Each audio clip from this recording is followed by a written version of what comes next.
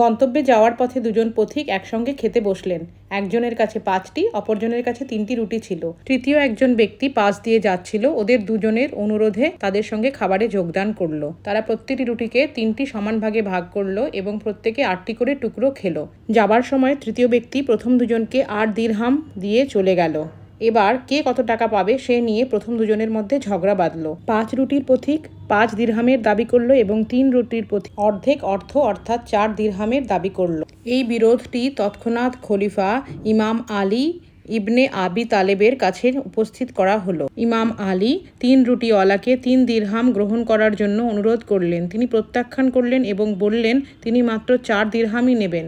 এতে ইমাম আলী তাকে বললেন, আপনি কেবলমাত্র 1 দিরহামই দাবি করতে পারেন। আপনাদের কাছে সর্বমোট 8টি রুটি ছিল এবং প্রত্যেকটি 3 ভাগে ভাগ করা হয়েছে, অর্থাৎ 24টি টুকরো হয়েছে। আর আপনার 3টি রুটি 9 টুকরো হয়েছে, যার মধ্যে 8টি আপনি নিজে খেয়েছেন এবং 1 পথিককে দিয়েছেন। আপনার বন্ধু 5টি রুটি 15টি টুকরো হয়েছে, যার মধ্যে 7টি সে পথিককে দিয়েছে। অর্থাৎ পথিকের সেই 8 দিরহামের মধ্যে 7 দিরহাম সে দাবি করবে এবং আপনি 1 দিরহাম দাবি করতে পারেন।